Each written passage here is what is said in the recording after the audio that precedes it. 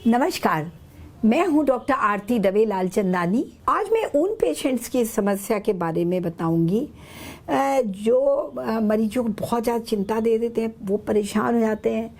उनके पेरेंट्स, उनके रिलेटिव्स, उनके स्पाउस, उनके बच्चे बहुत ज़्यादा टेंशन में आते हैं जब डॉक्टर कहते हैं कि कार्डियोलॉजिस्ट बताते हैं कि एंजियोग्राफी भी कर ली है और ब्लॉक्स ज़्यादा हैं, एक्सेसिबल नहीं है। देखिए, यही कॉर्नर हार्ट का एक्चुअल साइज़ है, कॉर्नरी आर्टरी का यही साइज़ है, 2.5-3 मिलीमीटर की साइज़ होता है और ये बहुत ज़्यादा एक्सेसिबल डिस्टली नहीं होता, टेपर करता है, नैरो होता जाता है।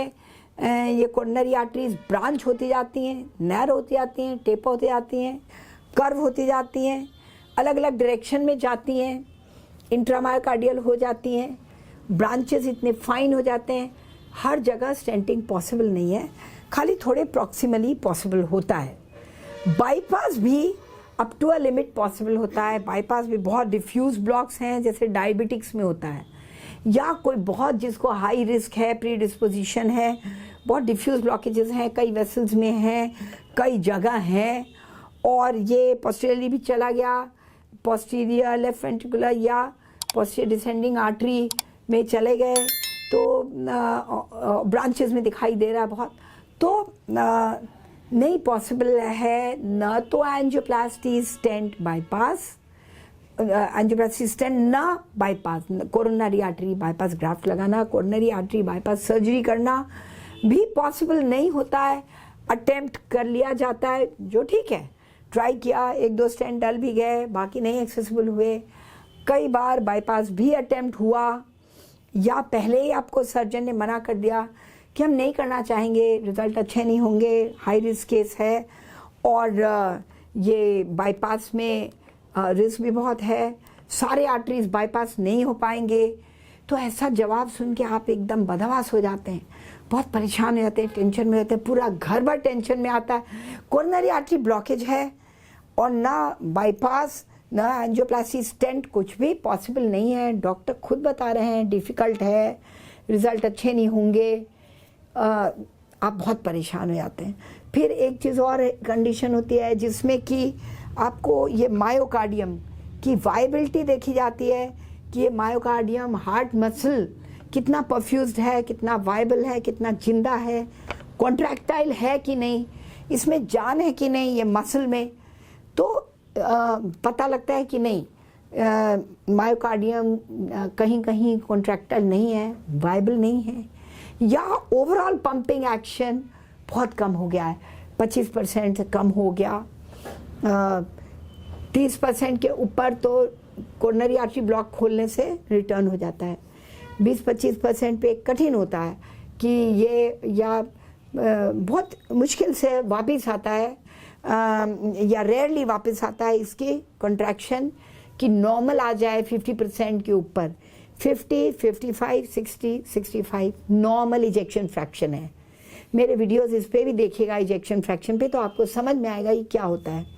ये पंपिंग एक्शन इजेक्शन फ्रैक्शन से पता लगता है कि अगर 100 ml ब्लड हार्ट में है और उसमें से अगर 30 ml निकल रहा है, इसका मतलब इजेक्शन फ्रैक्शन 30% है, तो ये बताता है। तो अगर मान लीजिए डॉक्टर कहे नहीं आपका तो इजेक्शन फ्रैक्शन ही बहुत कम है, आपके ये मसल पावर ही बहुत वीक हो गई है, आपका हार्ट पंप ही जवाब दे रहा है, तो क्या फ़ायदा इतना ड्रास्टिक प्रोसीजर करके, चाहे वो वाल्व का हो, चाहे कोरोनरी आर्टरी ब्लॉकेज का हो, सर्जरी करके भी क्या फ़ायदा। या स्टेंट एंजियोप्लास्टी तो करके देखा जा सकता है, पर इतना ड्रास्टिक प्रोसीजर सर्जरी जिसमें कि आर्टरी, वेन वगैरह भी काट काट के हाथ से, पैर से और चेस्ट के अंदर से, थोरैक्स के अंदर से निकाल के और लगाना, तो कई बार डॉक्टर बता देते हैं कि ज़्यादा फ़ायदा नहीं होने वाला है। ऐसे में आप बहुत परेशान होते हैं। तो ऐसे में बिल्कुल परेशान न होइए, क्योंकि इसमें आपको अच्छा रिजल्ट मिलेगा एक्सटेंडेड ऑप्टिमल मेडिकल थेरेपी से, EOMT से, जिसमें बहुत सारे अनगिनत मोडालिटीज़ हैं इलाज करने के लिए।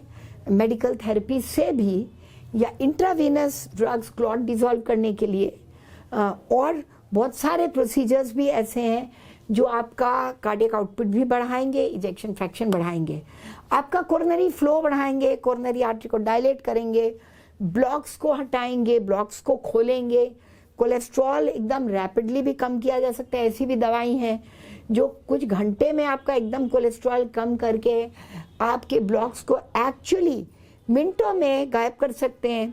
प्लेटलेट के ब्लॉक एंटी प्लेटलेट द्वारा किए जा सकते हैं कम, और इंट्रावीनस भी लगा के कोई रैपिड स्ट्रॉन्ग इन्फ्यूजन लगा के, फुल डोज लगा के वो भी तोड़े आ सकते हैं।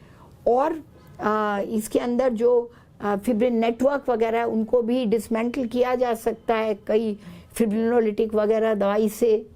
तो बहुत सारे तरीके होते हैं जिससे कि ये ब्लॉक्स खोले आते हैं, आर्टरी को डायलेट किया जाता है, और कुछ नहीं तो कार्डियक वर्क कम कर दिया जाता है, कार्डियक एफर्ट कम हो जाए, हार्ट का ऑक्सीजन कंजम्पशन कम हो जाए, और हार्ट जो है वो रिलैक्स्ड वे में एक रेस्टफुल कंडीशन से पंप करे इफेक्टिवली।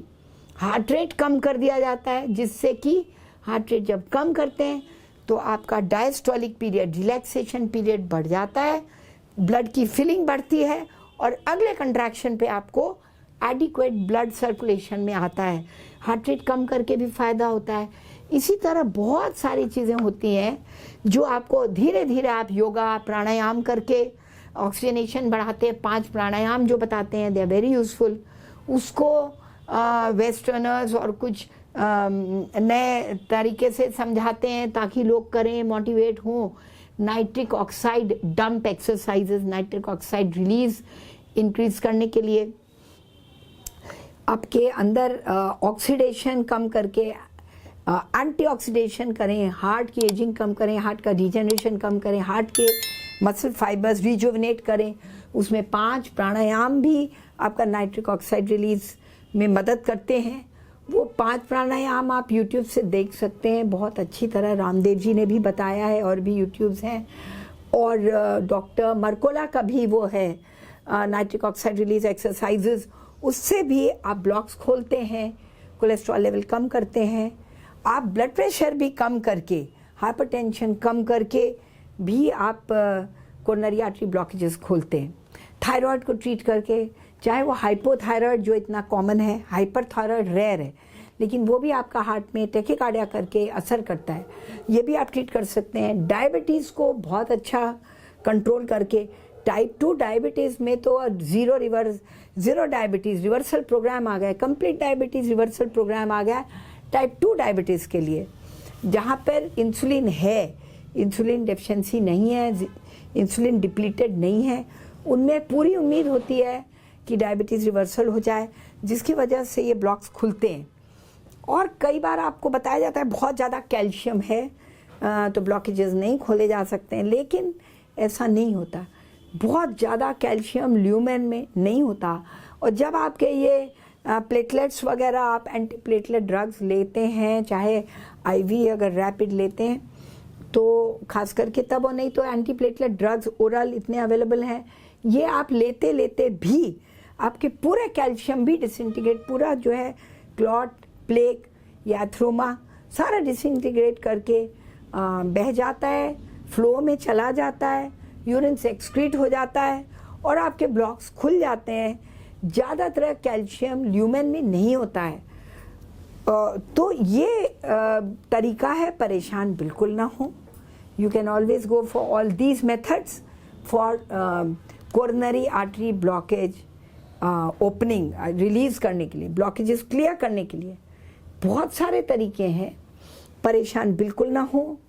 कई बार यह अच्छा ही होता है कि आप एंजियोप्लास्टी स्टेंट नहीं करा पाए, उन लोगों की भी पता लगा लॉन्जिविटी कई बार ज़्यादा ही होती है। उन लोगों से जिन्होंने स्टेंट एंजियोप्लास्टी बाईपास कराया, उनसे लॉन्जिविटी कम नहीं होती। कई ऐसे कंडीशंस हैं, क्रॉनिक स्टेबल एंजाइना में, क्रॉनिक कोरोनरी आर्टरी डिजीज़ में, और जिनको इंटरमिटेंट तकलीफ होती है, जिनको स्ट्रेनुअस एक्टिविटी में तकलीफ होती है, उनको भी लॉन्ग टर्म इस तरह या extended optimal medical therapy, non interventional, non surgical method से बहुत ज़्यादा फ़ायदा मिलता है, लाइफस्टाइल चेंजेस से, और अपने रिस्क फैक्टर्स को कॉम्बैट करके उनको बहुत फ़ायदा मिलता है। तो परेशान ना हो। अगर आपके कोरोनरी आर्टरी ब्लॉकेजेस इतने हैं, स्टेंट एंजियोप्लास्टी बाईपास भी संभव नहीं है, बिल्कुल परेशान होने की बात नहीं है। आपको फिर भी you can live, normal life span हो सकता है, normal quality of life, normal quantity of life, और सडन डेथ भी आप प्रिवेंट करने के लिए मेजर्स उठा सकते हैं। इसी के साथ हमारे वीडियोस देखते रहिए, सब्सक्राइब करिए, लाइक करिए, और ये दिए गए फ़ोन नंबर्स पे आप कॉल कर सकते हैं, वीडियो कंसल्टेशन ले सकते हैं हमसे। स्वस्थ रहिए, खुश रहिए, स्ट्रेस फ्री रहिए। स्ट्रेस फ्री रहना ही मंत्र है अपने हृदय को स्वस्थ रखने का, हृदय रोगों से बचाव करने का। नमस्कार।